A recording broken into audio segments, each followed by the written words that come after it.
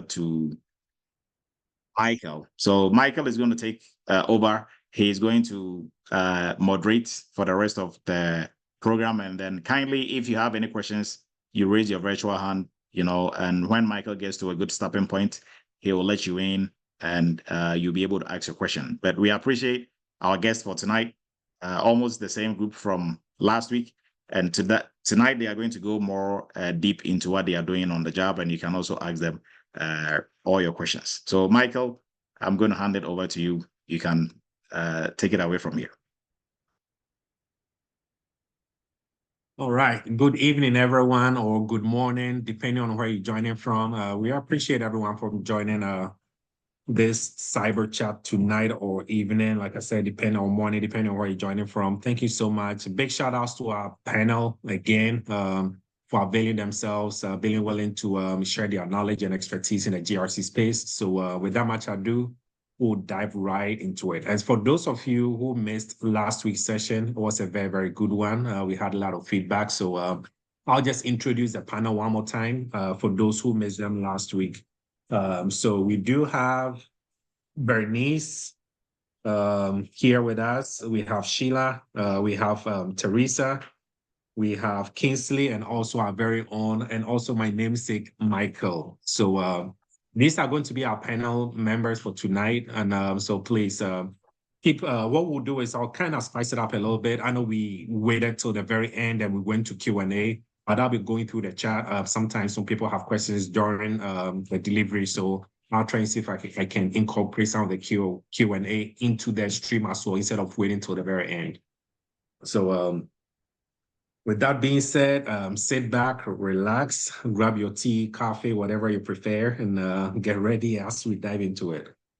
So we'll continue from where we left off last week. And just to give a quick intro for those who were not able to join last week, we did some introduction and background. We talked about some tools and techniques. Our members, they did expose us to some of the tools that they use at their job, some of the GRC tools. We heard a lot about RSA Archer. We heard about Zen GRC. So just a quick recap there. Today, we'll be diving more into skills and training, because I know some people were wondering, I want to break into the cybersecurity industry. What skills do I need? What type of training do I need when I start my job? First 90 days, how is it going to look like, right? Some people get scared before they start their job. So we'll ask them. We'll share some experiences about that as well. And we'll dive also into their work-life balance, right? Some people want to understand, like every other job, cybersecurity, how is the work-life balance to do your work, and also balance that with your family and your personal life as well. And also we'll talk about preparing for a GRC role, right? Now you just got your offer letter, you all done with your background check and everything, right? You start in first 60, 90 days. What am I going to do? And I will also talk about organizational culture and fit, because you have to make sure you're a good fit for the company as well. In as much as the money is good, that you don't want to get all the money and be miserable at work, right? So organizational culture really, really do plays a very, very big role as far as the total concept is concerned. And we'll also hit on some personal insights and experiences, and we'll wrap it up with some final thoughts. So with that much ado, let me start, of course, our ladies first, right? I know, I don't know, was it last year or sometime, I don't know, I think last year or 2 years ago or whenever, we did a whole session about females in cybersecurity. I think it was a great one. So we are a very, very inclusive community. We try to encourage everyone, irrespective of your background, gender, race, sexual orientation, or geographical location. We do encourage, we are a very diverse community. So we highly do encourage everybody. It doesn't matter where you're from or what particular field that you are in.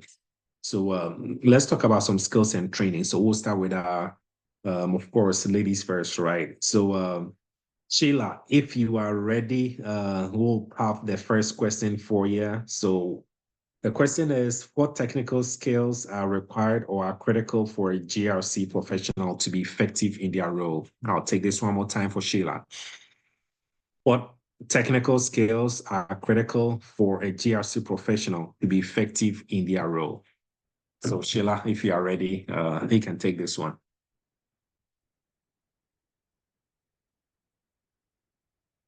Yeah, hi everyone. Coming from the background of no cybersecurity I will say that, which counts for most of us here, um, I will say that almost not little to nothing, the basic that we are all aware of, like Excel, Microsoft Word, basic computer softwares, or computer skills that we all have or we all utilize, be it that you are a nurse, you use that at your workplace, be it that you're in customer service or whatever you do. I am sure that you do utilize one or two of these. That from the beginning is good enough for you to be able to start. And then as you study, you are able to learn. And 1 minute, please.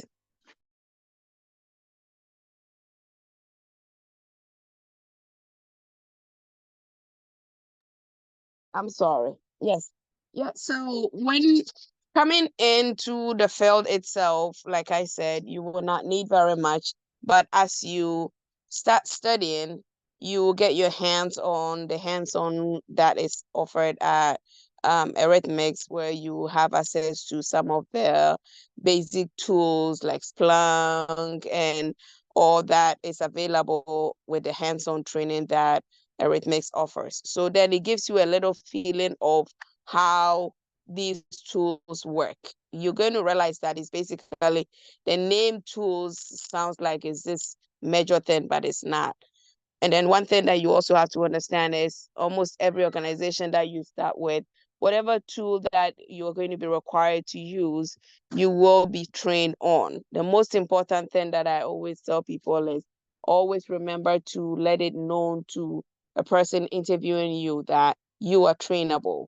You have had hands-on with, say, Splunk, and so you are going to be able to transfer that knowledge onto another tool that they want you to. So don't ever walk in there and say, "Oh, I've never used this before."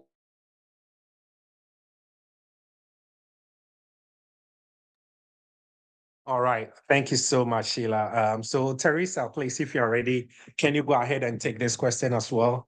What are some of the technical skills that you need for a GRC job? Tools that they are required to. So that is what I would say. Thank you. All right. Thank you so much, Sheila. That was very insightful. So I will call in Teresa. Teresa, please, if you're around. They want to know what technical skills do you need to pretty much pursue GRC role?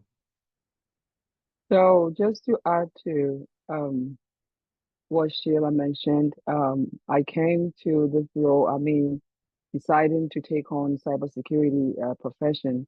I didn't have much knowledge. Even if I had, it was really sparse, like here and there. And so once I joined Eretmis Inc., Eretmis Academy, I was able to get the basic skills that was needed to land on a job in cybersecurity. And so for you to be able to get a job in cybersecurity, you need to be trained uh, in a proper place. And so just like Dr. Edu was saying, I went through the cybersecurity internship and we worked on different projects, audits, baseline determination, third-party risk assessment. It was a lot of different fields that we covered in cybersecurity. And so going through the training, I was able to get those skills that were needed for me to get the job. And so you can learn. I did learn my own. I went to different places. I got the skills, but not fully. And Eretmis Academy gave me the skills that I needed to be able to get a job. And so for you to get a cybersecurity job, you need to be trained. And it doesn't matter your background, just like we hear every day, people are nurses and they have been able to land a cybersecurity job. And so what you have right now, I'm saying shouldn't limit you, but make a decision to join the Eretmis Academy, and that will give you the skills that you need to be able to land a job. Because on the job, there are different tools, just like Sheila was saying, but going through the training, you will learn the skills that is needed. Don't worry so much about you not knowing tools, because once I got my job, the tools that the company is using, I was trained to use those tools and that kind of stuff. But going through that internship, you learn the skills, the knowledge of the trade, the different frameworks that works in cybersecurity. I was able to get understanding and use those skills hands-on, and that's how I got the skills that was able to land me a job. So, just like I'm saying, your basic idea, the daily things you know are all good, but top it up with good training, and that will give you the skills to land a job. Thank you. All right. Thank you so much, Teresa. Appreciate your insights. So we will call Bernice. So Bernice, please, if you're available, can you also share your thoughts with us? Okay, thank you for the opportunity. Can you hear me? Yes, please, loud and clear, Bernice. Go ahead. Okay, thank you. So to add to all that the two other speakers have said, as the technical skills that you need for GRC to relate to what I do, I believe the most important skills that you can all bring on is the project management skills or planning and how you can forecast your project. Because in this role, whether you are in the governance side, the rec side, or the compliance side, you should be able to manage your project. Because most of us, I know with the other speakers as well, the project will be given to you. You are not going to micromanage. You have to be able to manage your project. So it's very important to have that skill. So planning and how to forecast, prioritize your project. So that's very important so that you meet your deadlines. And also one other technical skill that you need is basic networking, security.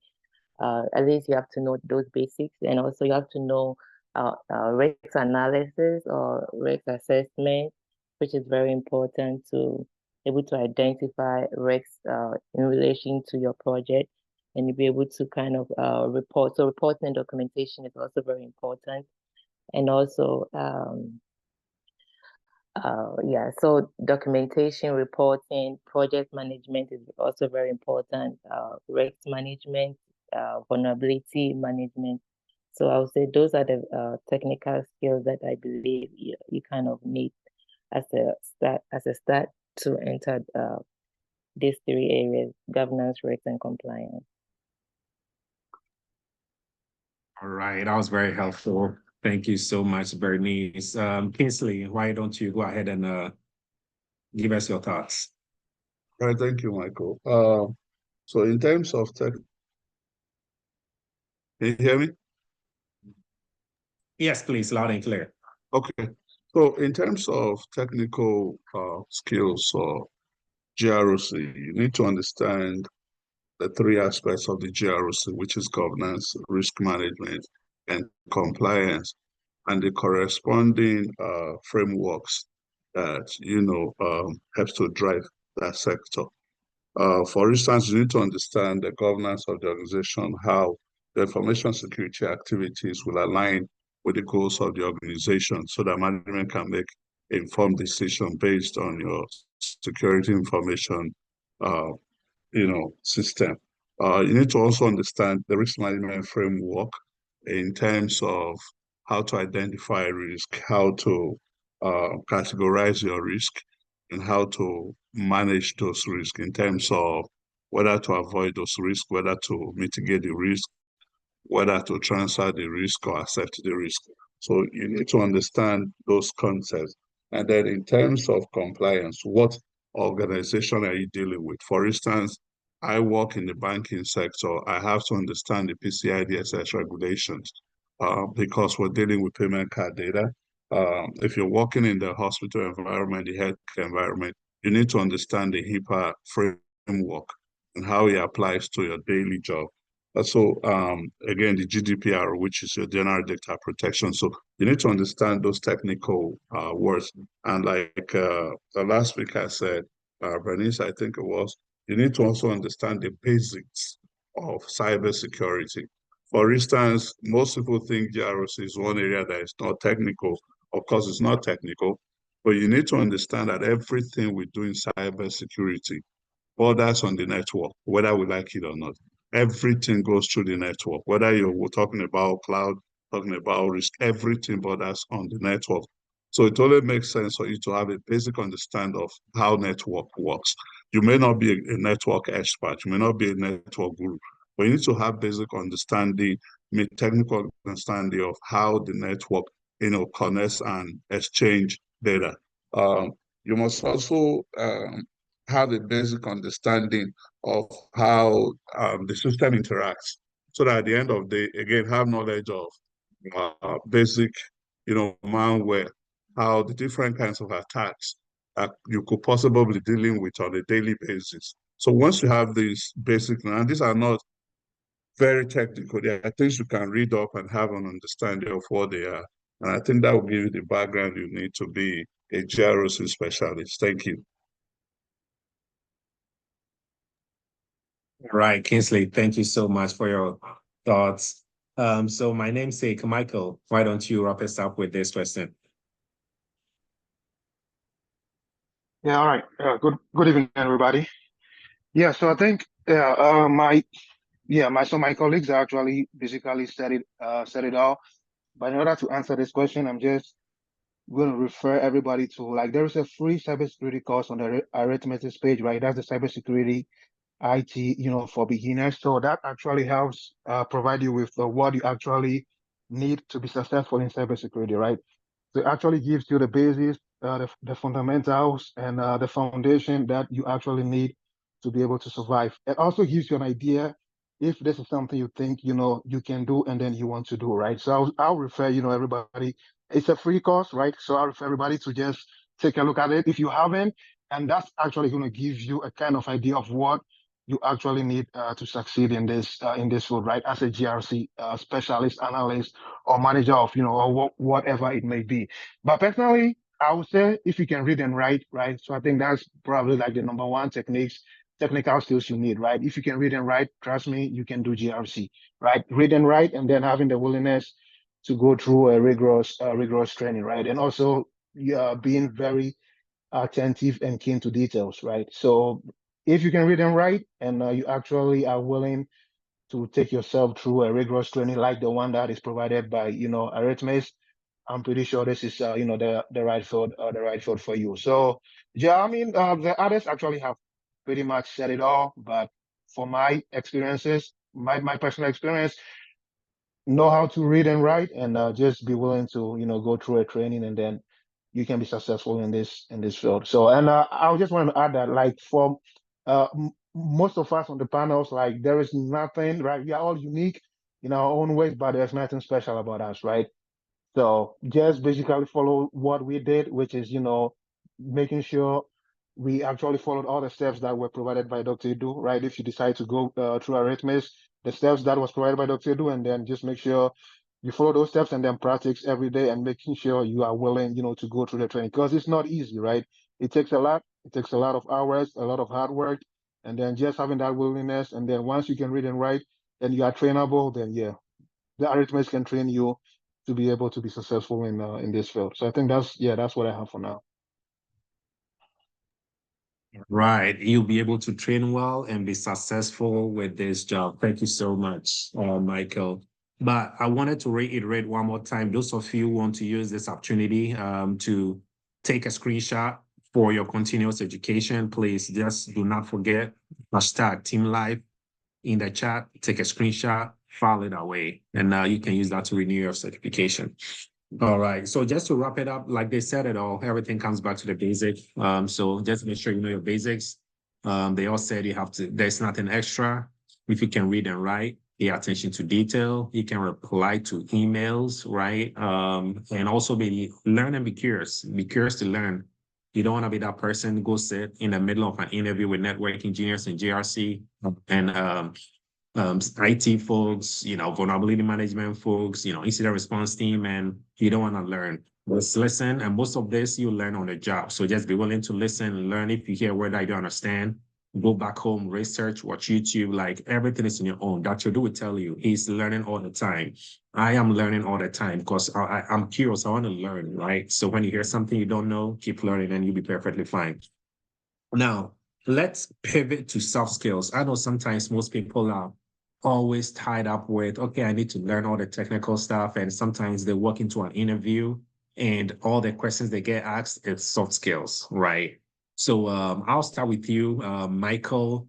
What are some of the soft skills that you need to help you be a successful GRC role player?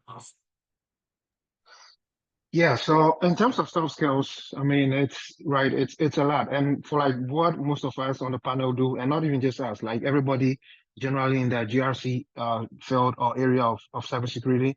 So it's more or less dependent, on how well you do within a team. And like most of our day-to-day job duties, I would say like personally, my probably 90 to 95% is soft skills, right?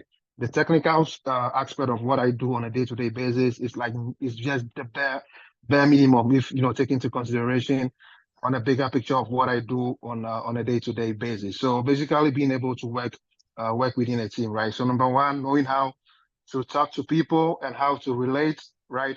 And how to work with people. Because we know how, and it's not just for GRC, but like every work you go in, right?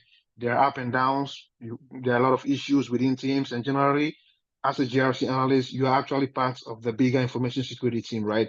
So it's not you just GRC. You have a lot of people, right, in your actually information security team, and then from there is like the infrastructure team. There's the IT, architecture. So being able to talk to people, right, being able to be patient as well. So like for what we do, it requires a lot of patience, right?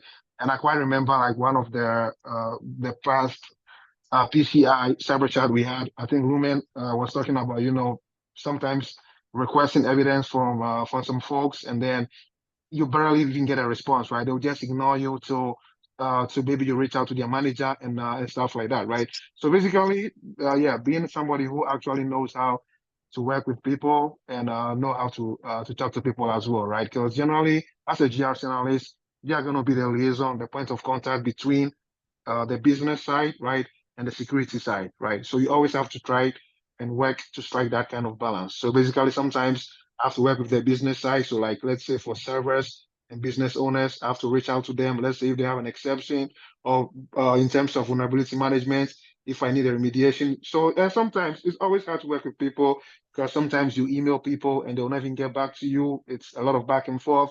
You have to escalate, right? So I would say the number one skills is just knowing how to be be a team person. So basically know how to stay, work, and behave within a team. Because at the end of the day, you know yourself. So and you have to also be conscious of how other people's are, right? So basically, and that's why I said earlier I brought up the being keen to details, right? So you study your team, you know their likes and don't likes, and then that way you can make an assessment and know how to approach people that you work with on a day-to-day basis. So I would say the number one skills for me is being how to work within a team, and I'll leave the rest for the others to bring up. All right. Thank you so much, Michael. All right, Kingsley, do you need soft skills? Yeah, of course, we need soft skills, but like Dr. Adu will always say, it's more of the bigger aspect of cybersecurity than the technical skills. And I say that, I reiterate that because technical skills, you can go learn them. But when it comes to soft skills, it's something that you develop over time. Nobody can teach you how to interact in a team. Like Michael has already said, you need to be able to collaborate with people because that's what you're doing. That's your job. Um, I remember my job, I'm doing evaluation on these applications, and there are people that you need to get information from them within a timeline. And these guys are not responding, they are not talking to you, they're not responding to emails, they're not responding to meetings that you schedule. How do you break through them? How do you get to these people to get information? You need to take advantage of diversity to understand people from different backgrounds and different environments and how they do their things. You need to be able to pay attention to detail. It's very, very, very, very important in the job we do. One slight mistake can cause the entire organization to go down. So you need to be able to pay attention to details. You need to be very analytical. You need to be able to do what we call comparative analysis of events, a comparative analysis of situations. Let's look at the past, the present, and that will help us determine what the future is going to look like or what the next outcome is likely going to be like. So, like Michael said, you need to be able to interact with people and understand their needs versus your needs. I was reading a book. It says if you want to get anything from anybody, think about it from your own perspective. You want to you want to be a terrorist, for instance. How best do you want to do that you not be caught? So you must know how to read people, understand them, and fortunate enough, these are things that most of us already have. It doesn't matter what field you've worked, being an engineer, being a banker, being in the nursing profession, you already have most of these skills. You just need to be able to identify them and see how you can transfer those skills. That's why they call them transferable skills. How you can bring those skills into your next job, into cybersecurity. Thank you.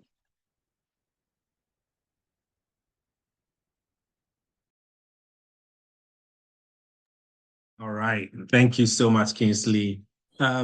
Bernice, why is soft skills important in a cybersecurity role? Yeah, okay.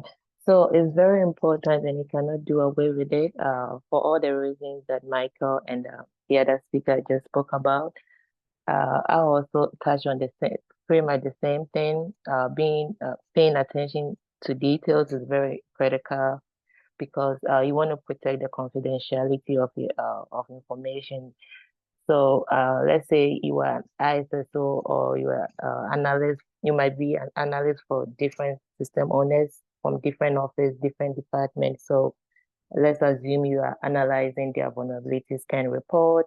You need to reach out to them for remediation. So you don't want to send the wrong report to the wrong office because everybody doesn't want the other office to see the vulnerability in their system. So it's very important to pay attention to detail.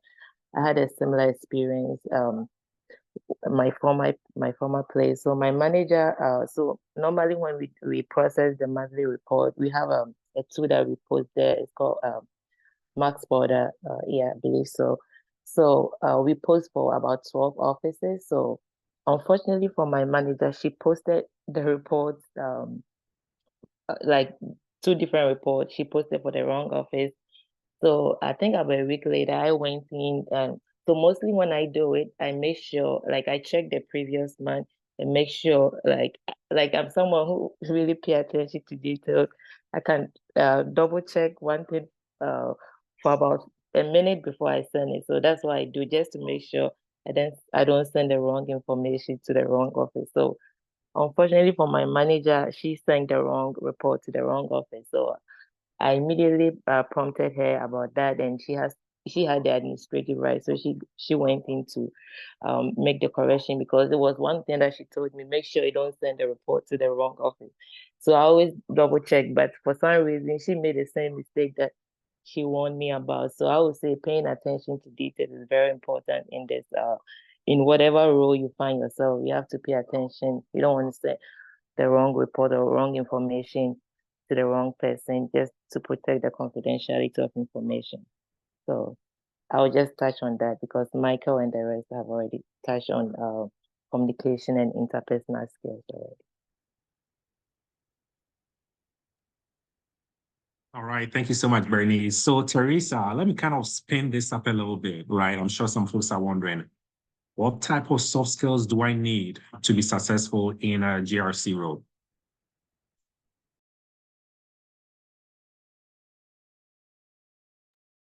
So what type of soft skills I need to just like my colleagues have said earlier, one skill that I can say is that you need to have good communication skills and presentation skills.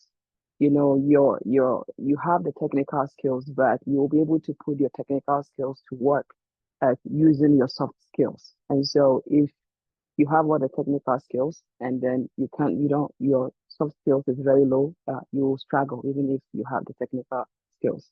And so just like Bernie said, you need to be able to pay attention to detail. In cybersecurity work, it's what I would say is that for me, you know, I'm looking at different angles. I'm looking at vulnerabilities from scanning tools, vulnerabilities from pen testing tools. I'm using like Jira to manage all that. And so every place I go, I have to like remind myself that this is for this tool, this is for this location, this is for this scanning tool. And so you really have to be able to pay attention to details so that you can really do your work. And you need to have teamwork skills and collaborative skills to be able to work with the different folks that you will work with, because in cybersecurity we are interconnected. And so there's somebody managing risk that they will get to a point where they'll have to send something to you to also manage. And so we don't work in silos in cybersecurity. You are going to collaborate with others. So you should be able to collaborate with all the different teams you come across. And just when like the communication skills, I can't stress that enough. It's very critical in cybersecurity. You need to be able to talk to the different teams, be very flexible, be very adaptive, and be able to change and say, don't be so much argumentative. Just be flexible, treat others that the same way you want them to treat you, and you will really enjoy your work. Because just like I said, cybersecurity, you are going to collaborate with many folks to get one piece of work done. And so that collaborative skills, that communication skills, paying attention to detail, being a critical thinker, being very flexible in your role, will all help you to be very successful, because you will put your technical skills through to work using your through your soft skills. And so the two of them go together and hand in hand. And if you don't know how to use that soft skills, then you will really struggle excelling in your role as a cybersecurity professional. And one thing I would say is that be a hard worker. You know, let people know, like, let your manager know that you enjoy the work that you are doing, right? Be very diligent, and let others know that when I come to work, I am here. For me, I work remote, and that doesn't give me the license, like log in and then walk around, right? So that prompts me to always stay at my computer to make sure I am working. So communicate to others around you, like you are really working and you enjoy the work that you are working. Be a critical thinker and good time management skills. I guess that's all I can add to what my earlier presenters have said. So thank you. Yeah. All right, thank you so much. So back to you, Sheila. I'm sure some people out here, they were like, okay, I'm not a people person. That is why I decided to do cybersecurity, so I don't have to talk to anyone. To be an effective GRC professional, how often do I need my soft skills? Is it once a day? Is it just once every hour, twice a week? How is soft skills important?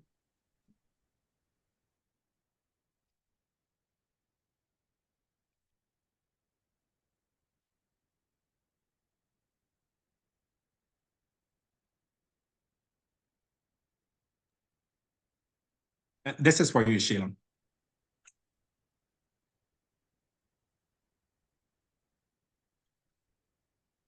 All right, maybe we'll come back to Sheila. Let's pivot. And let's start with you again, Teresa, if you don't mind.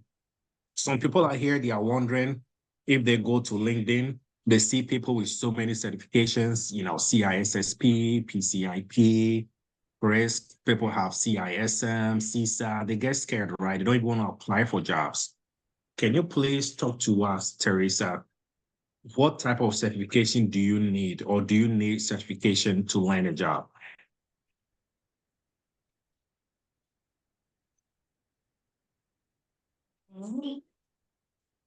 All right. So again, thank you. So for me, I would say in cybersecurity, you really do not need certification. It's more so about your technical skills and the knowledge you have and the soft skills you have that will land you a job. Because when I was looking for a work, nobody asked me, what certification do you have? Right? I just put it on my resume, and I know some people will ask you, but I was able to get a job with all the people I interviewed. Nobody asked me what certification I have. But what I would say is that in as much as we want to do the job, you also want to grow in the industry. Having a certification doesn't deter you from getting, not having doesn't deter you from getting a job, but if it also helps you to grow your skills, right? And so just you can go on, get a job, but for you personally to build yourself up, certification will help you one way or the other to get knowledge. And also, some jobs will look at it, but most jobs that I apply for and the many interviews I went to, nobody asked me about my certification. I do have CompTIA Security Plus. I have PMP, and I have some additional agile certifications, which I had before coming into cybersecurity. Nobody asked me when I was looking for a job, so that shouldn't deter you, like I've said, but it's good. It helps you to build your knowledge in the field. Thank you. All right, thank you so much, Teresa. Let me just piggyback on what you just said. I think you said something interesting here. I'm sure the team will love to know. Is there any particular education or training that you went through, cybersecurity, that really helped you or made you very successful once you started your job? I would say the training I went through is I would say was Eretmis Inc. Eretmis Academy internship. That is where I got the complete training for me to be able to get a job. Initially, I went through, I think, 2 months of RMF. It doesn't cover everything that we do in cybersecurity. It will just teach you the 6 steps of RMF. But once I finished the internship, it covered, on my job, it's like I'm able to connect the dots because of the broad training I receive in with Eretmis Academy. There's somebody doing third-party risk assessment. I'm not doing that, but I have the knowledge in that. I'm not doing security awareness training, but on our team, there's somebody doing that. So when the person reaches out to me, I know I can connect the dots to understand what the person is asking me. So the training I got was me going through the internship with the Eretmis Academy, taking me through, understanding the frameworks, the MITRE ATT&CK, all the basic frameworks for cybersecurity, and the hands-on experience I got in audits, baseline determination, third-party risk assessment. It's a lot as incident response planning, all that kind of stuff, going through tabletop exercise. It broadened my knowledge and gave me the skills that I needed to do to be able to do the job I'm doing. So with me having those certifications, they were not enough for me to get a job. I had to go through a training that gave me the hands-on experience and knowledge to be able to get a job. I hope I answered the question. Thank you. Oh, you're there. Thank you so much. Bernice, I'll pivot to you and I will take some questions here in the chat. So Bernice, can you describe any specific training or certification that has been very valuable in your career? Okay. Yeah, for me, I would say certifications are needed, but it's not that important. And as Teresa said, some will ask, some will not ask. Like my current company, they are very keen on certification. Like they're always reaching out who has renewed their certification during quarterly meetings. They show everybody's certification. So it depends on the company. And it's not just having the certification, as Dr. Du always say, not just having the certification, but you have to be able to speak to it, and it has to reflect in what you do on the job. So certification is needed just to make your resume look nice, because employers will look for it, depend on the company that you are applying for. So you can have it, but don't just get any dumb questions and just write it and have it, but you have to make sure you kind of can speak to it. And so I would recommend Dr. Du's certification classes. Is very good. Like for instance, I took the CISSP certification course with Dr. Du, and I can tell you that really helped me. I know a lot of people write the CISSP so many times before they pass, but I just wrote it once because Dr. Du's course was very helpful. And for instance, I had the app from the official CISSP course, but I can tell you, when I was in the exams room, I could remember exactly what Dr. Du was saying in his videos, and that actually helped me pass my exam, because the questions were not just what was on the questions that I bought from the official website, but the way Dr. Du explained the CISSP questions, the topics, it really helps you. So I would say if you want to go for certification, come to Eretmis, take the course. Don't think it's expensive, but look at the value that you're going to get. It will go a long way, even in your career. So certification, it helps, but don't just go for it. But you have to be able to speak to it and reflect in what you do as a cybersecurity professional. Thank you. All right, thank you so much, Bernice. I think we have a question in it. Someone we have a virtual hands raised. Emmanuel, please go ahead and ask your question. Yeah, thank you very much. First and foremost, I've promised myself I will continually attend these Cyber Chat, because I've discovered that, I want to say this before I ask my question, please. I discovered that something we learn here, you might not get it to read in any textbook. These are just practical experience, and it's helping us, especially we that are just coming into the Eretmis Academy. Now, my question has to do with soft skill. Now, if you have a due date to complete an assignment or to put in a report, and the input you require is dependent on some other persons, and the persons are delayed, they are not forthcoming, they are not, if you schedule a meeting, they are not complying, you send them email, they may not respond. So how do you handle such situation? I'm asking this, let's assume this question was posed to you in an interview. How will you respond to it? Thank you. Very Michael, great question. Yeah, can I please say keep something? Yeah, please. Okay. So, Emmanuel, thank you for asking that question. So there is something I learned a long time ago that still works for me till now. Always plan for the unintended consequences of other people's behavior. Let me say that again. Always plan for the unintended consequences of other people's behavior. And that is where the soft skill of time management comes in. You have 3 weeks on your deadline to get this application done. Why are you sending an email in the last week of your deadline? Once I find out that I have this deadline, I mean, there's no harm in saying it's done earlier than it's been done late. So that's where the soft skill comes in about time management, where you have to assume, let's assume that I send this thing out today and this person is on vacation, is not going to come back until 2 weeks' time. Then that application is going to be waiting. So it's important for you to understand time management. It's a skill that most of us look at and like, oh, I got time. They give you applications like, oh, I still got 3 months to get them done.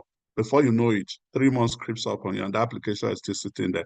So it's important to use that time management skill and build it with communication, where you're able to reach this person outside of, you send an email, they don't respond, you schedule a meeting, they don't respond. Where else can you find them? I found somebody on LinkedIn and I sent them a message and they responded from my work. This is somebody I've been trying to reach and is not responding. I found them on LinkedIn, sent them a message, and we got it done. So you have to be able to manage your time in such a way that you can still meet up with your deadlines. Thank you very much. I also would like to add that you have to also just do your due diligence. There are people like that, they will never respond. So just do your due diligence. At least you have email trace that if it comes critical, you can show to management that you did your due diligence, and also be proactive and you request from your manager or your lead for extension if needed, and provide reason why you need an extension, because others, your work depend on others. So just be proactive ahead of time. Let management know that you need extension. So you don't wait to the last day before you request for extension, or the day of when the actual project is due. So be proactive and let management know. Just do your due diligence and keep reaching out, and if possible, CC your manager on that email or how the communication is, so that they will know that you did your due diligence and ask for extension as needed. All right, Bernice, that was very, Yeah, very Mike. great. Yeah, Mike, I want Yeah. to add something little. Yeah. So, Please, just a go little ahead. thing for, Yeah. so like when you go to interviews and you get such questions, it's always good to be able to speak to make whoever is interviewing you know that, okay, like I actually know what I'm talking about, and this is what I actually do on a day-to-day basis, from based on the question Emmanuel asked. So the key word is escalation, right? So if you get such question during an interview, the simple way to answer is that we have an escalation process within our company where we escalate, situations where we are not getting the right responses from individuals that we reach out to get evidences or documentation or whatever it may be, right? And then during the interview, they might ask you, okay, so how does the escalation process work, right? So me personally, I have what I call a two strike policy, right? So first, I'll send you an email, right? And then if I don't get an answer within 2-3 days, sometimes more or less 2 days, I'll send you a reminder, right? And once I don't get a reply from the second email, I'm gonna send a third email, and on the third email, I'm gonna copy my manager and your manager on it, right? And for like most part, once I copy people's manager on it, for like I'll say 85% of the time, I do get a response. Sometimes there are people like who are really like stubborn and they still wouldn't provide a response, right? So then in that case, I'll reach out to my manager and I'll ask my manager, are you okay with me escalating this to the CISO, right? Because sometimes, depending on whoever your manager is, they might say okay or they might say no, right? So sometimes my manager will be like, yes, Michael, go ahead and escalate to the CISO, right? And then I'll send another email, right, which is going to be the fourth one, which is going to be copying everybody that I copied earlier, plus the CISO on it, right? And the CISO is the last off, right? So that way, at least, like just Benny said, you have a paper trail, right? So you have a tracking record to show that, hey, I did send out these emails and I didn't get any response, right? So if you are in an interview and happen to get such questions, the right thing to say is, okay, hey, like within our company, we have an escalation process whereby we escalate such situations, right? And you just giving that answer is the person, whoever is interviewing you, is gonna be like, okay, this guy actually knows what he's talking about, right? You're not just sitting there giving a story, but you're using some of those keywords that interviewers or hiring managers want to actually hear, right? So yeah, so this is my, just my little knowledge about this situation. I want to add something, if that's okay. Absolutely, please. Yeah, so I'll give an example. So for what I do, we do have some stakeholders that we do certain things to help strengthen their cybersecurity posture.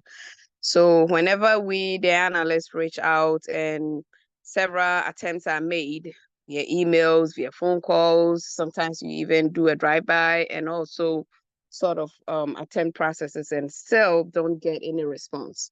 Guess what? When that stakeholder get attacked or when that stakeholder get an incident, it gets to the higher ups from all the way up before even the CISO, and then it will come down to the CISO, come to my director, and then come to supervisor and us. And it all comes down to what Bernice and everybody have said. You need to have proof. So all your contacts, all the processes that you use, you need to document. Documentation is very important.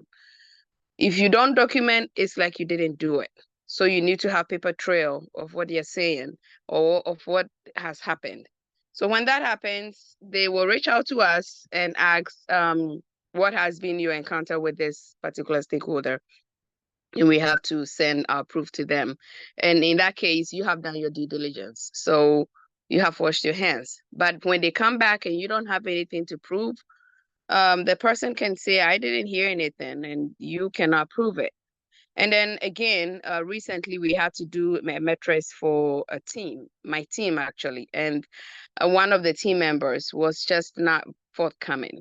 Did everything, we met, he will show up and not show his work. It was just back and forth until we have to actually go and present as a team. And he didn't do his due diligence. So it was just up to him and he got in trouble. So no matter what you do, you are going to meet a lot of these people. They are everywhere you go. Wherever you work, you meet them. But always you do your due diligence. You cannot force them, but you keep pushing and also do have proof that you have made this attempt. And so if it's not done, at least you have tried and you have proof for it. Thank you.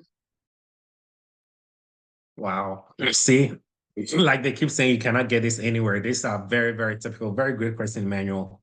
Very typical questions that you get out of interview, but I just want to sum everything up, wanted to reiterate. So whenever you go to an interview and you ask a question like this, and they start with, tell me about a time, right? We have something we call a STAR approach. Whenever you hear, tell me about a time, which means you have to tell a story, right? So you approach this by using a STAR approach. You talk about the situation, the task, action, and result, right? And Sheila just kind of pretty much summarized everything, right? And one technique that personally I always use, so sometimes depending on how your organizational structure is set up, I've seen people work in large organizations, they've never even talked to the CISO before. Because if you're an analyst, you have to talk to your manager, right? Maybe your cybersecurity manager. There's also a senior security compliance manager. There's a director, there's a senior director, and then the CISO, right? So if you use a chain of command, look at all the loops you need to go through before you escalate. Some people working like very, small organizations, it's just them and straight to the CISO, right? So depending on organization, see how you're going to escalate. Email trail, like they said, is very, very critical. If you send, like, if they have any end user communications technology, like maybe Slack, Chime, whatever the case may be, you Slack them, you Chime them, they don't respond. Like they said, you send an email, you CC your boss and their boss as well.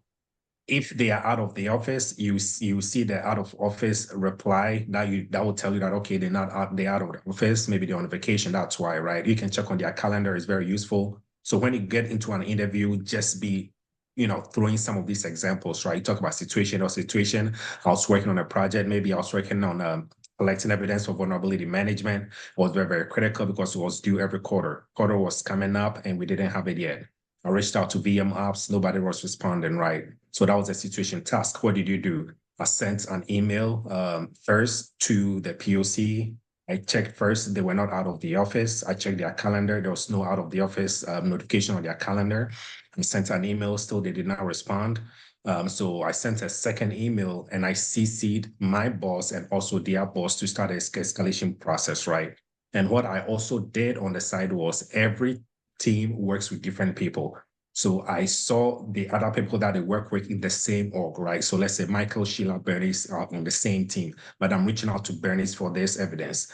Bernice is not responding. Guess what? I'm reaching out to Michael. I'm reaching out to the other team member. So in my situation, I was able to reach out to Michael. Michael was able to provide me that information right away. So instead of I reached out to the person did not respond, but I was able to reach out to the person's team member, right? And I got the same information. So you can use that example as well. So that was the action result. I got the evidence that I need. Everything was fine. So you can use that as well. Thank you so Cool. very much, everyone. Absolutely. All right. Because of time, let's get one more question. So Jamel, Cynthia. So Jamel, you go first, and Cynthia. Hi. Thank you. This is for everyone on the panel right now. What would you say would be the most, the skill that you use the most that you got from the course on a daily basis?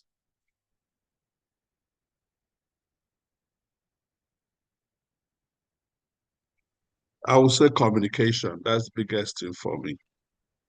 Communication. Okay. And this is Teresa. I would just say working with your team. You see, in the internship, we were thrown with different people, different background, different skill set. And whether we liked it or not, we had to work with them to get our projects done every week. And that was great learning for me. And that gave me a great amount of skills to be able to work with every person I come across. And just like the same in the workplace, ability to collaborate with different kinds of people, using your different soft skills, communication skills, being flexible and just accepting everybody and doing your best to get your job done. I think it's all about communication and collaborating with your team. Yeah, thank you. I will say that I would say ready to learn. When we joined it, aside from teamwork is number one, but ready to learn from your team, from wherever you go. When we joined Eretmis, the goal was we are ready to learn. And then when we were doing the internship, we are in a group and everybody has different background of knowledge that they're coming with. And then your ability to learn something from every person, no matter their personality or no matter what they are presenting, is very paramount to your success in this field, because it's a new field that you are getting into. And if you're not ready to learn, you will not succeed.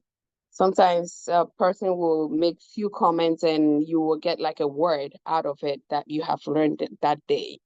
And so you have to be ready to learn. I think that has been very useful. And being patient with team members. For what I do, patient is number one, because some of the stakeholders, what we were explaining just moments ago about you trying to reach out, is what I deal with almost every day. You reach out to them, you won't hear anything back, but I don't tell you, it's not a personal thing. You don't take it personal. Just making sure that you're documenting and have something to prove that, yes, I have done this, I have made this effort. That's all that matters to me. I've done my part. I've done my due diligence. So being patient with the people that you work around. Don't take things personal. Don't go and take things personal and get upset and, blow up there. This is big boy Pam's job. I think, Doctor, you said this before. If you get this position, you're going to realize that you are in a whole new environment. Everything is different. Nobody's chasing you around. You have to be a big boy, be a big girl or whatnot. And nobody's going to be looking over your shoulders to micromanage you. So you have to be able to time manage yourself, be able to meet your projects and stuff like that. So thank you. Thank you. Right. Great insight.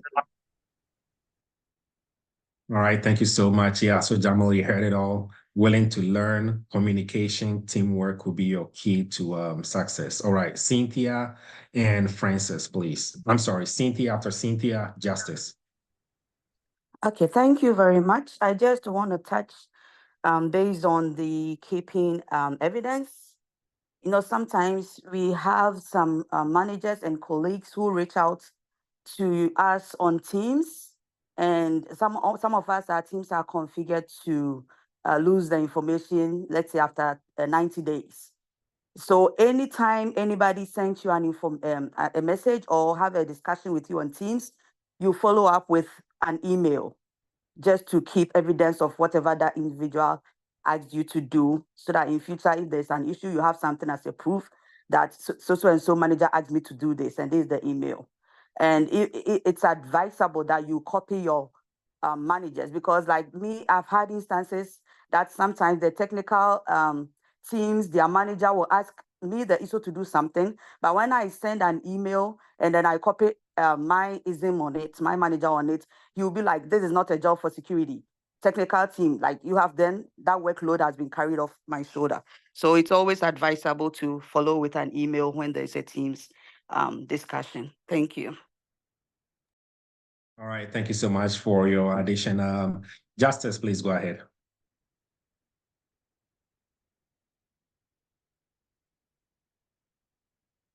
Justice, if you're talking, I think you're mute.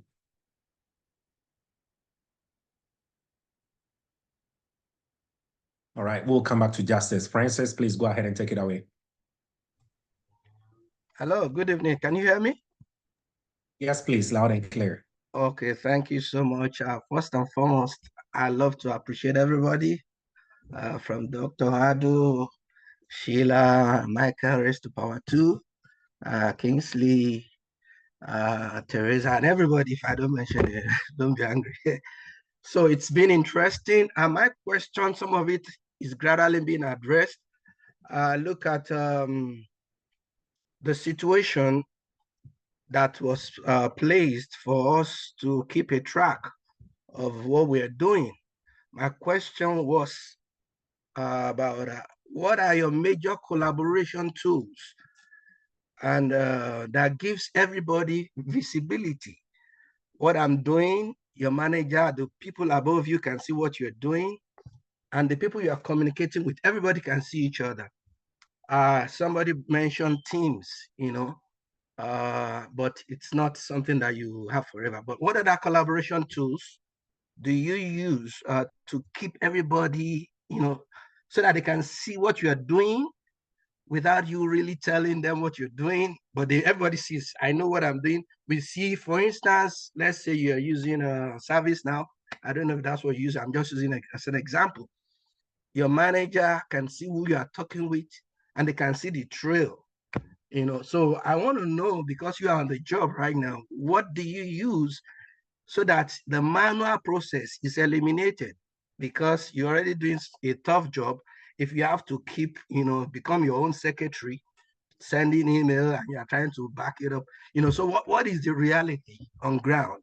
Apart from Teams, how do you manage the communication to put everybody, you're seeing what you're seeing, everybody's seeing what you're doing, and they see a track. You don't even have to prove it. So what do you use physically? And then secondly, in the day of automation, because we have some tools right now that are SOA tools, security, orchestration, and whatever. Some incident happen, and we only get to know after the fact. There are automatic processes that will quickly act to reduce the damage and then alert us. So how do you come in that process? Thank you so much. All right, thank you so much for your questions. Yeah, real question, Francis. All right, because of time, I'll take this one for the first one, and maybe I'll have one of the panel just touch up. We have a lot of questions to go through too, so thank you so much. Yeah, so for tools, you just mentioned one, ServiceNow. Most companies use ServiceNow. For evidence collection, most companies have a GRC tool. I know last week we mentioned so many of them. We talked about, RSA Archer. We talked about Zen GRC, because when you generate an evidence, someone you assign it to a control owner, they can upload it if they have access to it. Most companies also use what we call JIRA tickets, right? Before you collect any evidence, you create a JIRA ticket, right? And JIRA is in the form that you can upload any evidence in it. You can make comments. You can add people to it. You can read everything in terms of paper trail, right? Some companies use Confluence page, right? You can assign tags to people in there. You can create, same thing with JIRA. You can create a whole dashboard. You can see target to the different teams. So every team, like let's say vulnerability management team, they can go and see all their evidences in their team tab, right?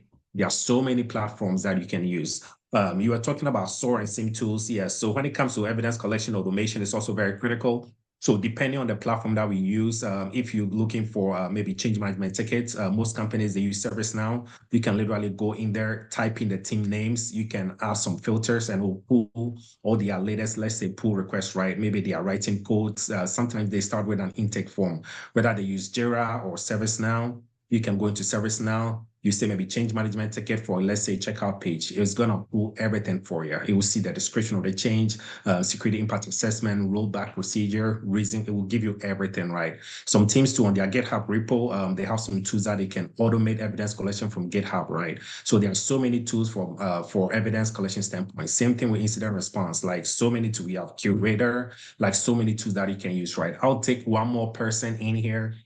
So panel, if anybody wants to add to this, so we can move ahead. I just wanted to say this, that he said, what is the reality on the ground? One thing that you have to have in your mind is every organization that you go and work for is very different. So with all the tools that Michael has mentioned, you are going to enter or start an organization that use none of these. Then what do? It still comes down to the traditional way of, you did send an email and there's a proof that that email is there. Proof point that will track it, or proof point will be able to look back and see all these emails that you have sent, even if you don't have it in your trail. And so, and then the emails that the notes that you took. Sometimes you can even share. For mine, we are even using OneNote that my supervisor is able to look at my notes and I'm able to see everything. So it all depends on the organization that you're going to be working for. That is my basic thing that I'm trying to say.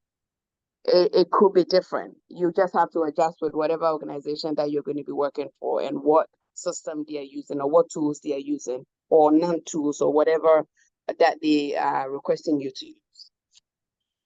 Thank you so much. That's great. Absolutely. Yeah, I'll maybe take one more person. Anybody else wants to add? Bernice, Michael, or I don't know if Kingsley, anybody wants to add anything before we pivot to the next They person? already added. I already added on the chat. In the chat. Again, Okay. it depends on the collaborative tool that your organization is using and the access level each person has. It's not everybody that will be able to see what you're doing. If your manager doesn't have, of course, your manager has access to your what you're doing and able to monitor and make sure that you're meeting up with your deadlines. But it also depends on the privilege level the access level that they have. Like Sheila said, again, it depends on, it varies from organization to organization. Different organizations use different tools, and what anybody sees in the organization will depend on what your organization is using and the access level that they have. Yeah, so this is Bernice. Thank you. Yeah, so it differs from one organization to the other. Like as for instance, we have MS Planner where all our projects assigned to each individual in our team is being tracked with a due date. And for whatever reason you cannot meet the deadline, we have a note or a comment section.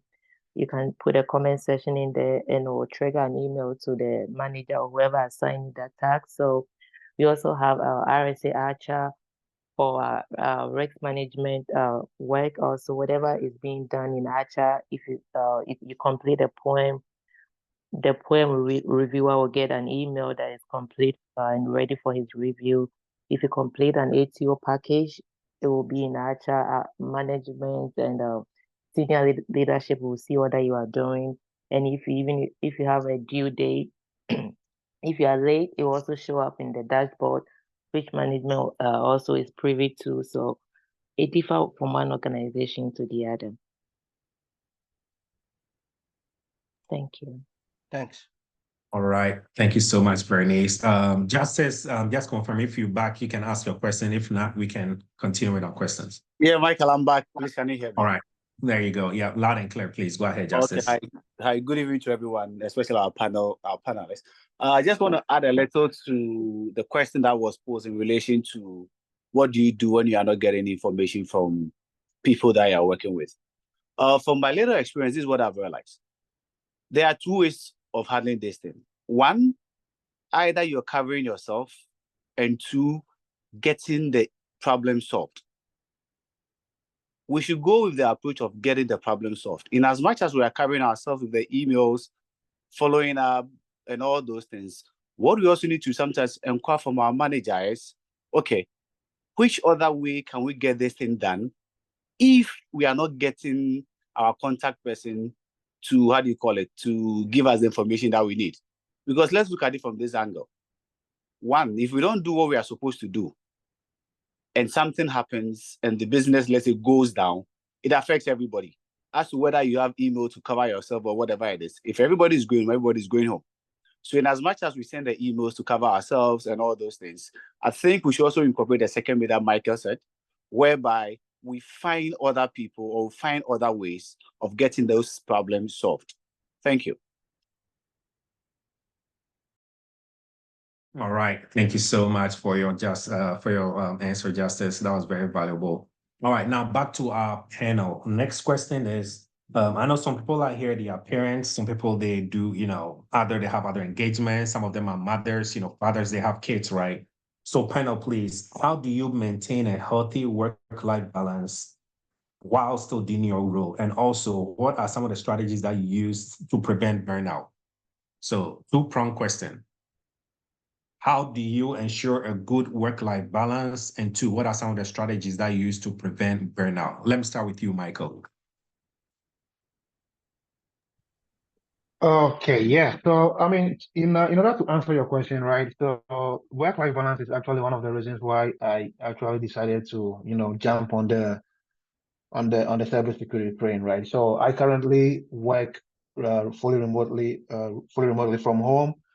And in terms of work-life balance, so the way GRC is structured, right? And as Dr. Du says, it's more or less, you managing your own time, right? So you manage your own time, you manage your own schedule, and you have to just ensure to meet whatever deadlines that are set for you, by your manager, right? So generally, day to day, I have different tasks that I have to, get to, and I know when each and every tax has to be get done right when it's due. So I actually always try to basically create my schedule around what I have to do for my work and what I have to do for my family as well, right? So example, like this week, my son has been sick since Wednesday, and he has been home. But guess what? If I was supposed to go to the office, that was going to be an issue, right? But luckily, I work from home, so during the day, I actually have him with me. I get to do less, and then once he goes to bed, I can get on and then just go, carry along and get my tax done. So based on how GRC is structured, you don't actually have a timeline on when, you have to get your work done. You have a due date, but you don't have a timeline, right? So you don't have to, you don't have a schedule where it says, okay, you have to work between 9 and 5 or 8 to 4, whatever the case might be. But, let's say, okay, I have this third-party risk management project that I'm working on. It's due in 2 weeks, right? So how you get to that 2 weeks, nobody cares, right?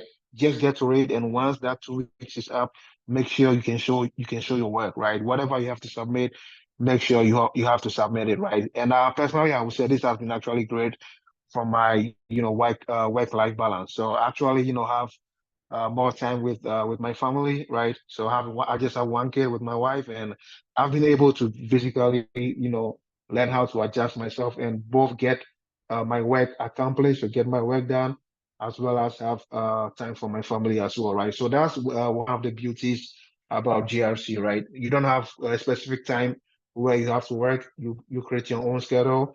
All you have to do is just make sure that the work is done. So I think that's all I have for that one.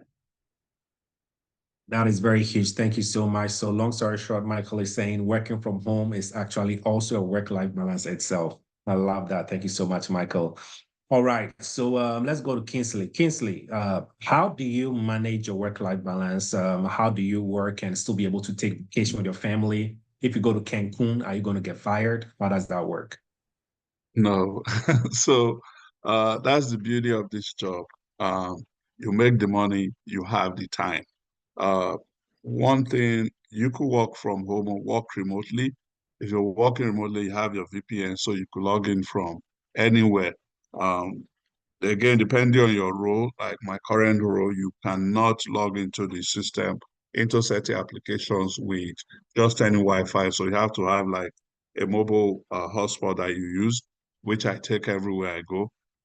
So that way I can walk anywhere in the world as long as I have to be able to log into my meetings.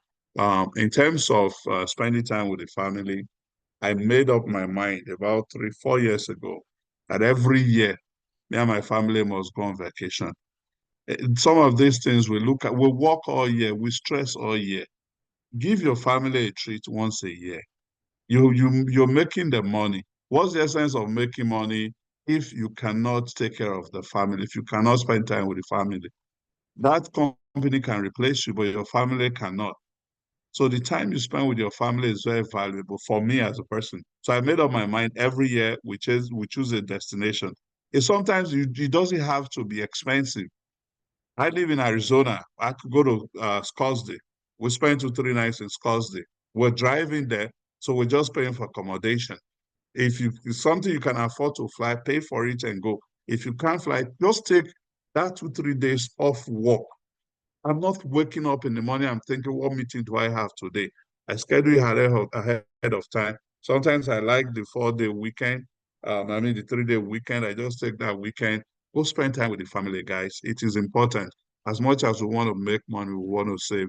It's also important to balance life with, how spend time with your family. Thank you.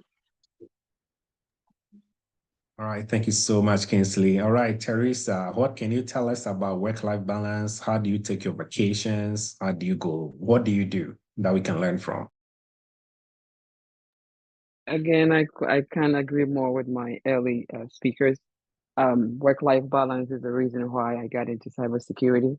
And for me, I'm a mom with 3 kids. And so, they get on the bus like 8 a.m.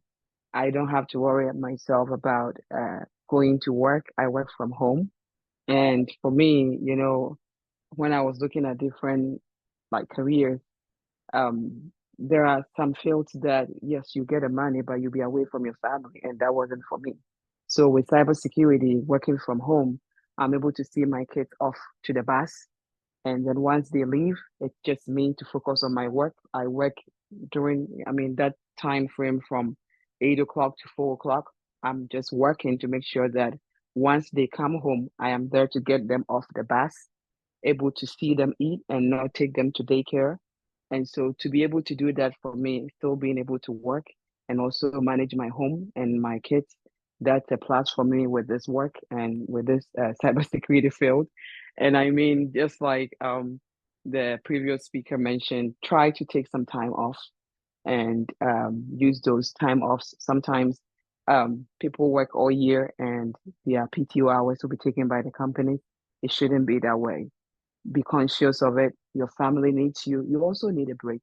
And so for me, what I do, just like the previous person spoke, I try to take some vacations with my kids and my family to make sure that as much as I'm working so hard every day, I try to also maintain a balance in my home with the job I do. Thank you. All right, thank you so much. All right, Bernice, we all know cybersecurity. If you think it's easy, if you think it's walk in the park, it's probably a lie. People get stressed out, people get burned out. Bernice, please, what do you do to reduce that burden and the stress?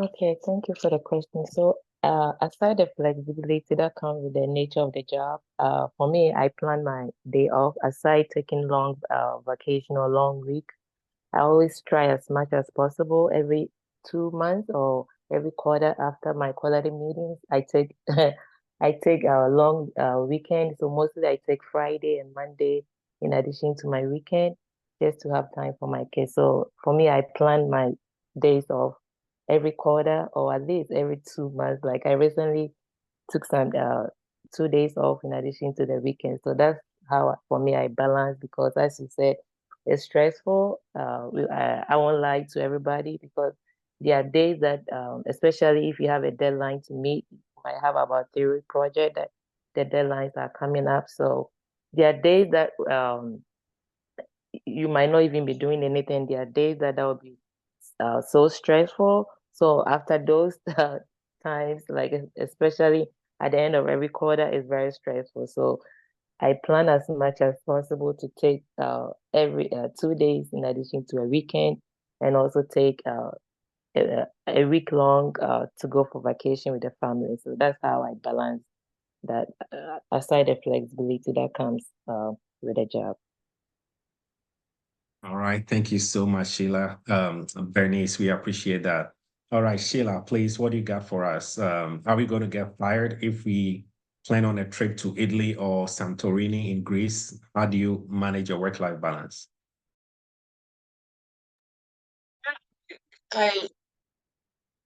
For me, it has been the best decision being a mom for my kids that I get the chance to plan my hours the way I want it to be. And so I'm always thinking about what is next, like what is going to be tomorrow. You don't wake up, or like I think Kinsley said, don't wake up in the morning or don't let the time be here and then you're trying to figure out and then you're squandering all over the place. That's not a plan. So like I said before, this is big boy pants. Nobody's on your shoulders. So I plan it the way it suits me and my family. Some days are going to be busy. Days that are busy, you take it as it is. Just run it and get through it. And then when that day passes, you get days too that are calm and then you're comfortable. And then you also enjoy that. And then after a while, you realize that you need some time off with your family. Yes, you take that. But being a parent, I think this is the best option ever for having that as a job and also being able to be present in your child's life. Because when I'm managing my time, I'm able to show up for kids program, drop my kids off, be able to pick them up, and be there, be home when they are here from school.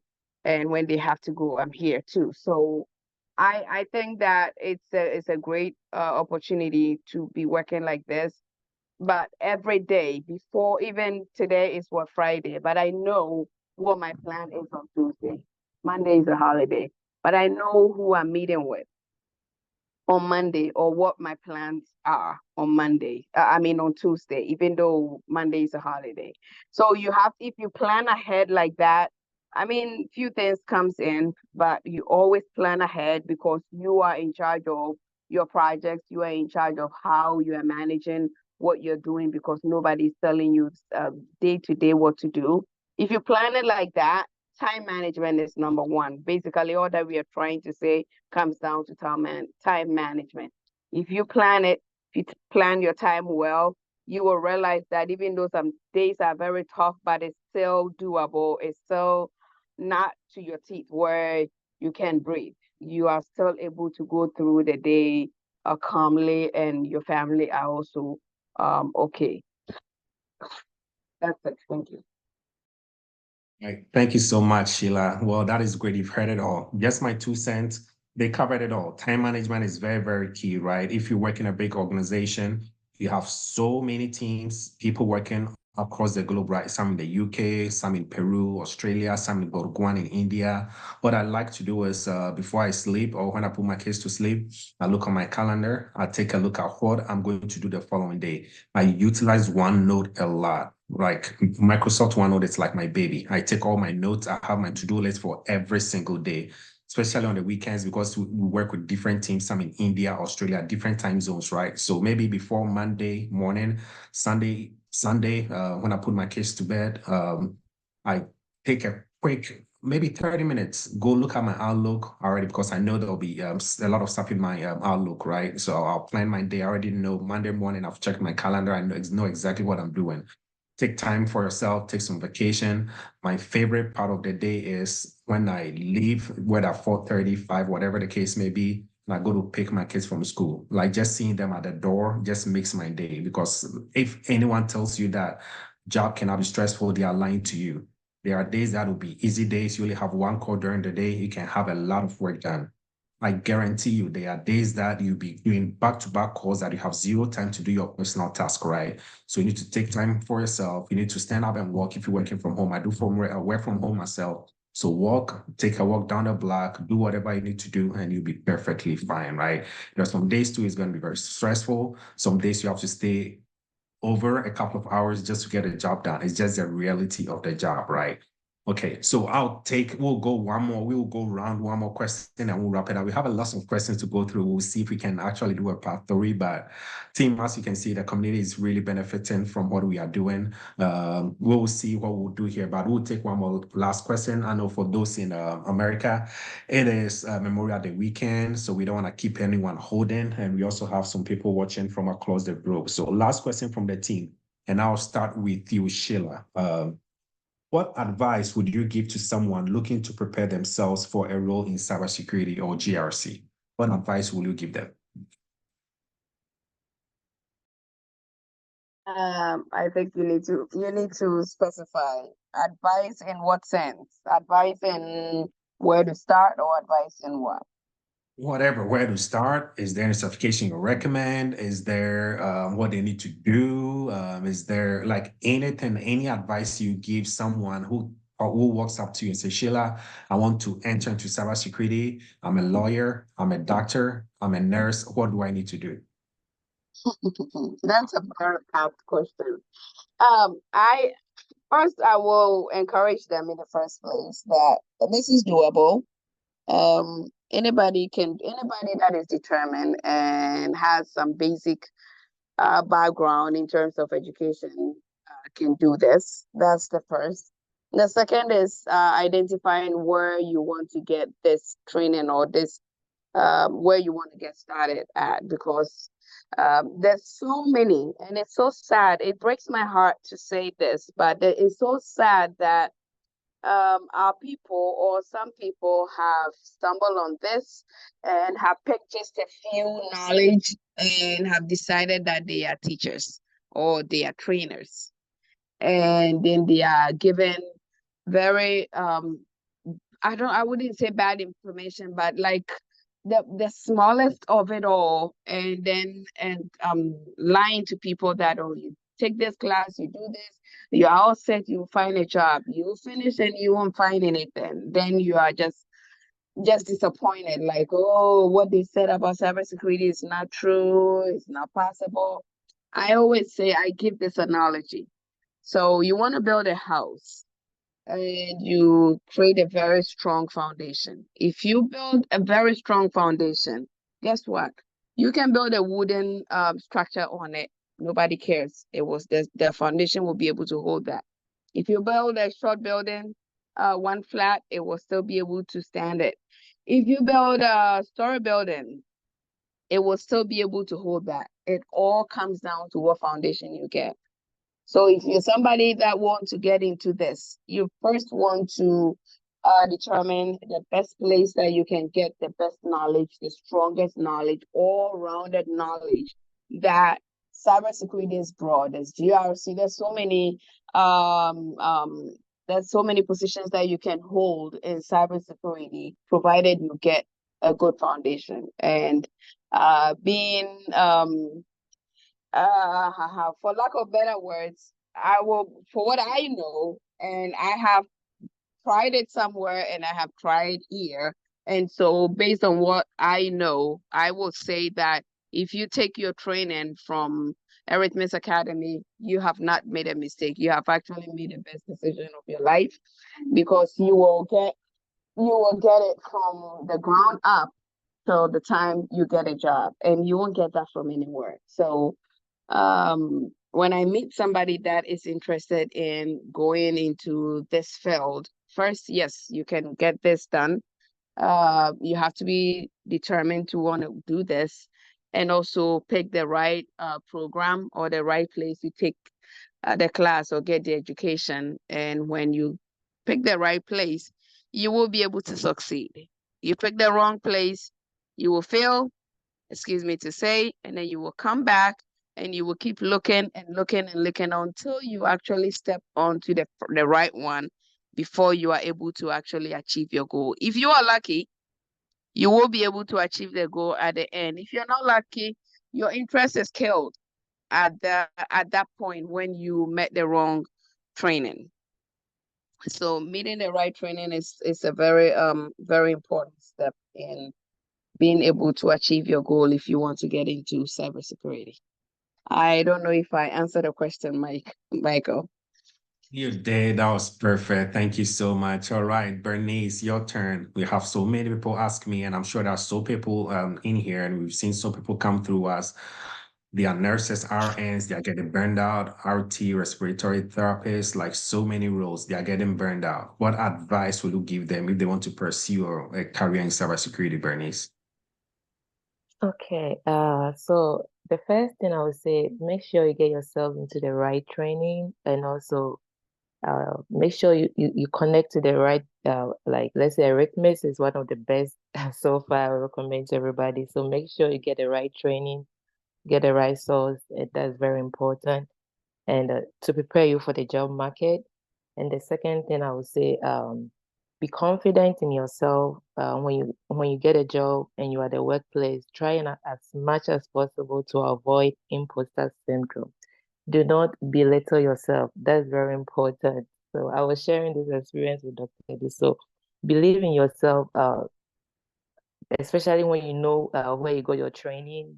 Believe in yourself. Try as much as possible to be confident, because the people that you see or you meet at your workplace, you might think they know better than you, but trust me, you might even be better. They might be there for 10 years, 12 years, but if you get the right training, the right experience, believe in yourself, have confidence, and avoid imposter syndrome, and you'll be good to go. And the third thing I would say is also networking.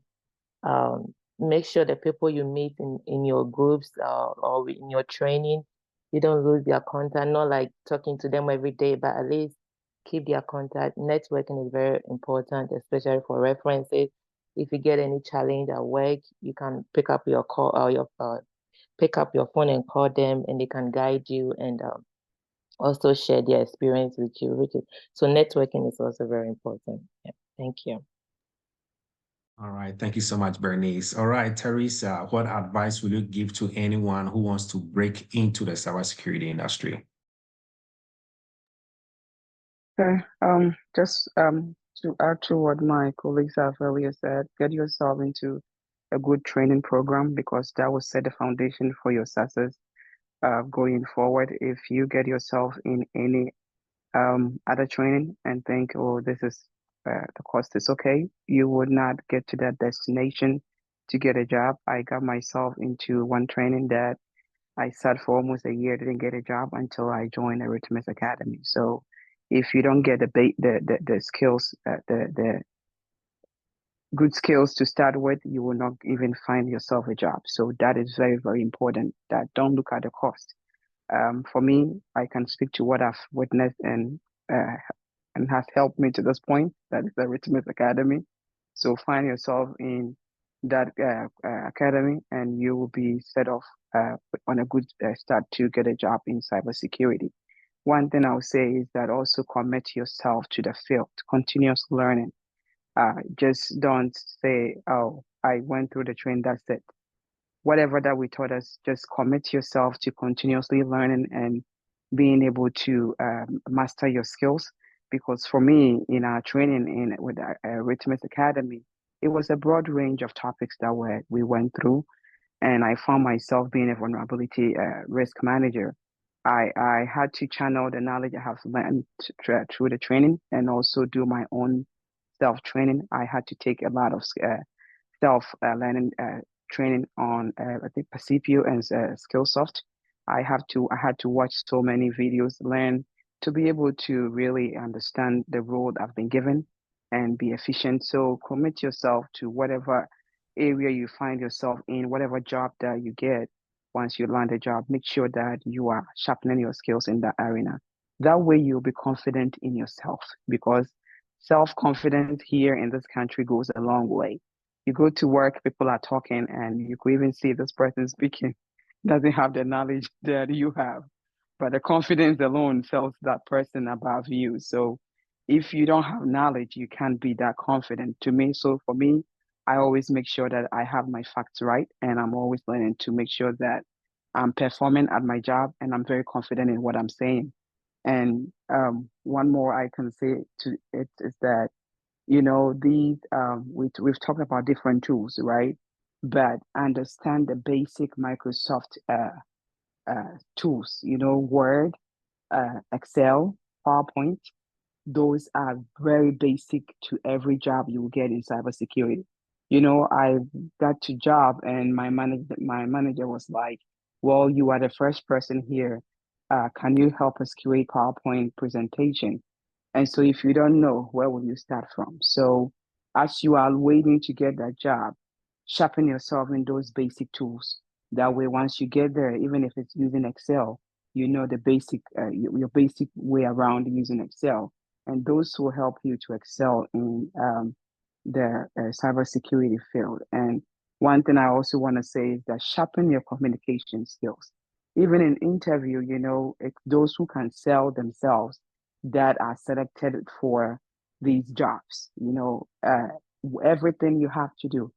If you don't have the self-confidence, my friend, just practice. Practice until you can hear yourself saying the thing that you are going to present.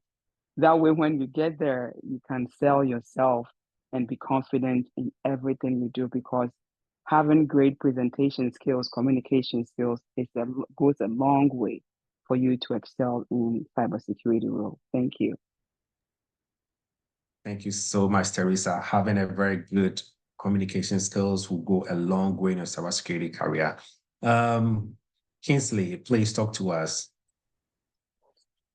Yeah, so let me put out a disclosure before I say what I'm going to say.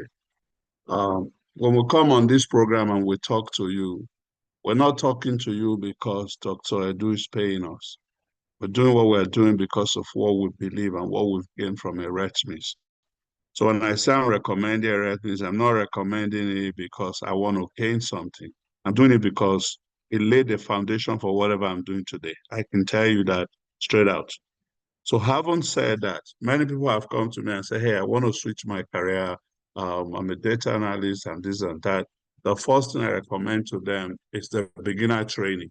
Go and do it and see if it's a good fit for you, if it's something you want to do. And once you're done with that, let me know. We take it off from there. The next thing for you is to learn the language of cybersecurity.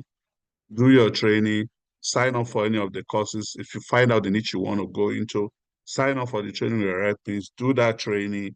And then as you're doing the training, do the internship that gives you the hands-on skills that you need for you to be able to speak at an interview and say, yes, I've done this, I've done this, I've done this. And while you're doing that, while you're at it, you're learning from Eretmis, be learning from other sources. And I'm not saying other sources where they're going to charge you. LinkedIn, for instance, has a whole lot of free courses that you can add to what you're already learning from Eretmis. And once you start building yourself, build yourself up to an understanding and then understand the language that cybersecurity speak.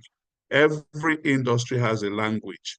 If you don't understand the language, you can go for 1 million interviews and still don't get a job. You can get 1 million certifications. I've said it in class before. I had a friend who has 6 certifications, still couldn't get a job. He gets interviewed because, of course, all of those, and there's a level of expectation from his level of certification. But when he goes to the interview, he's not able to deliver in accordance with the certifications he has piled up. So that became a barrier to him until he started removing some of them from his. And I'm not trying to talk down on certifications. Please don't get me wrong. If you need to get certifications to make yourself feel good at all costs, get every certification you can. But they are not the basis for you getting into this field. You need to understand the language and be able to speak to it and be able to speak based on the hands-on experience you have, based on the internship you did, that you can say, okay, of the truth, we did this, we did that, we did that. And once you put all of that together, I mean, in line with what everybody else has said, boom, here you come. It might not be overnight for you to get a job. Let nobody deceive you. It might not be overnight. It might take you a while. It might take you the next day to get a job. There have been people in this class within 3 months that got a job. Some of us spent over a year to get a job. Again, it depends on how much you're learning, how much you're putting in.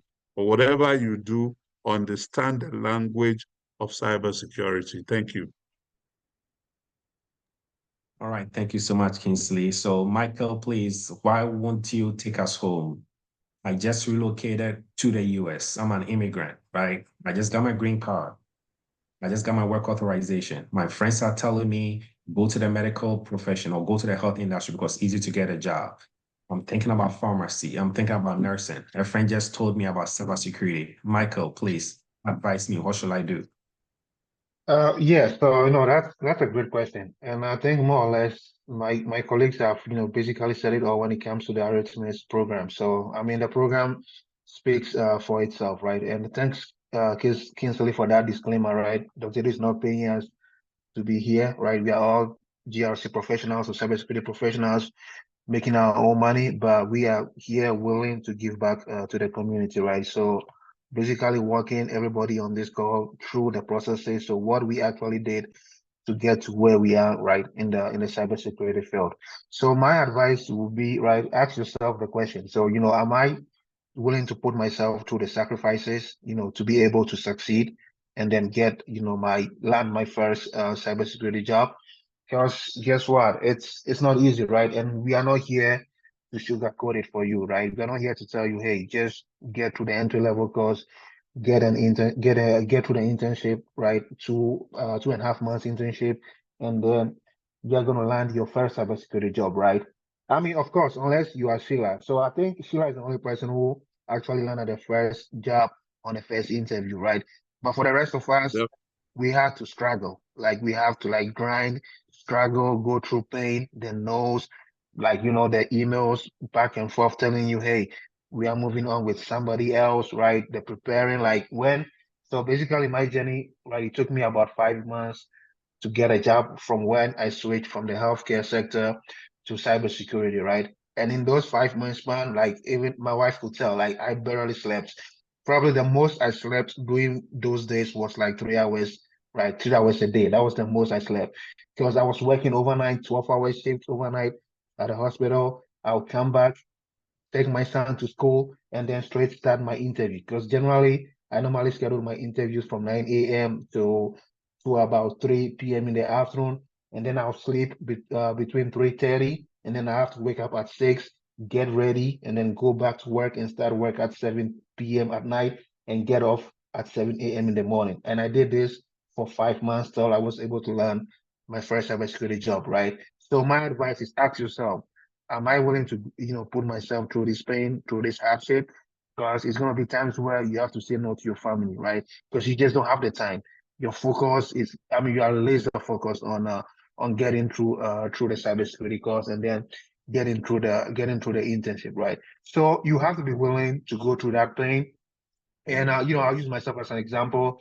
So actually, Bernice, who is also a panelist, was on my team doing the internship, and I'm not surprised for how, looking at how well she's doing. It was about 13 people in our internship class, and it was just a few of us just actually doing the work, right? Most of the team members weren't even participating, right? And guess what? The few people who actually did their work are the people who are actually working today as, cybersecurity professionals. So ask yourself if you are willing to put yourself through that pain. And of course, you spend money to take the course to do the internship, right? It's not cheap. So why would you spend that money and then just let it go waste? So, just make sure once you make up your mind, hey, I'm going to take the course, I'm going to do the internship, and I'm going to pay the money for it. Make sure you dedicate your time and you sacrifice to actually get to wherever, you are trying to get to. Getting into this field has been a blessing. The money is great, right? Money is great. The time flexibility, and most of us work from home. Even if you work on a hybrid schedule, right? Maybe you have to go in once or twice a week. You still have 3 days working from home. Still better than having to drive 5 days a week to go to the office, right? So the benefits are there. It's a great field to be in, but just ask yourself if you're willing to put yourself through that pain, because it's not easy. And as I said, none of us here are here to sugarcoat it, to tell you, hey, you just get through it and then you can get a job on your first interview. No, it's going to be a lot of no's, right? It's going to be a lot of recruiters, making you promises, but then at the end of the day, disappointing you. So you have to make up your mind that I'm willing to go through all this hardship, through this stress, to be able to make it. Because definitely you are going to make it if you persevere, right? Because we all did. We've been through it. We've been through the hardship. We've been through the pains. We persevered. We never gave up, and we are where we are today. So mine is more as an encouragement, and then also the advice is to ask yourself if you are willing to put yourself through this pain. And then, of course, if you pay money for it, definitely spend the time, right? Put in the work, and absolutely the results, are going to be there for everybody to see. And it's been a lot of students who came to Eretmis who are currently working. It's like, I think it's about 6 of us on the panel tonight, but it's more of us there that you guys haven't actually, had opportunity to hear from. But we just have 6 of us on here, but it's a lot of people who have actually gone through the course, who are actually working in the industry, right? So always do your research, compare courses. We are not here to tell you anything, right? And if you can find a course that is going to follow you from A to Z, right? So basically taking you through the course with no background, to having you enroll in an internship, helping you with the hands-on, and also providing a job placement assistant, right? I personally haven't seen any course out there that offers all that, right? But if you are able to find one, then more power to you, go for it, right? But personally, I haven't found anything, and I can only speak to what has worked for me, which is Eretmis, right? So that's what has worked for me. Took the entry-level course, went through the internship, and then received my job placement assistance from Dr. Dotel. I landed my first job. So this is what worked for me, and this is what worked for us actually, and this is what we are willing to share with everybody. So I think, yeah, that's it for me, Mike. Right. Thank you so much. Spend the money, put in the work, you'll be fine. Thank you so much, Michael. Yeah. So just to put everything together, we are wrapping it up for tonight. Thank you so much for joining. But like I always say, everything is on you. Dr. Duke can teach you. You can come to the course. We'll teach you every single day. We'll give you the material, but it is on you. put in the time, like Michael was saying, spend the effort, learn and be curious. Don't just get a material and go and sleep. Please put in the work, and I guarantee you, 6 months from now, a year from now, you'll be here again as a panelist member, just like these folks right here, and you'll be teaching people about your experience. People will be calling you every day for experience. Learn and be curious. If you find something, okay, if you're doing like a road trip, right, 2-3 hours, let me just do a quick YouTube. What is Amazon? I don't know, AWS, Kubernetes, right? Google Kubernetes, YouTube, listen to it. Trust me, it will help you. What is AWS S3 bucket? YouTube it. There's a lot of videos I like. TLDR, put in the work. If you don't know anything, don't just rely on Eretmis. And I'm saying this for a reason.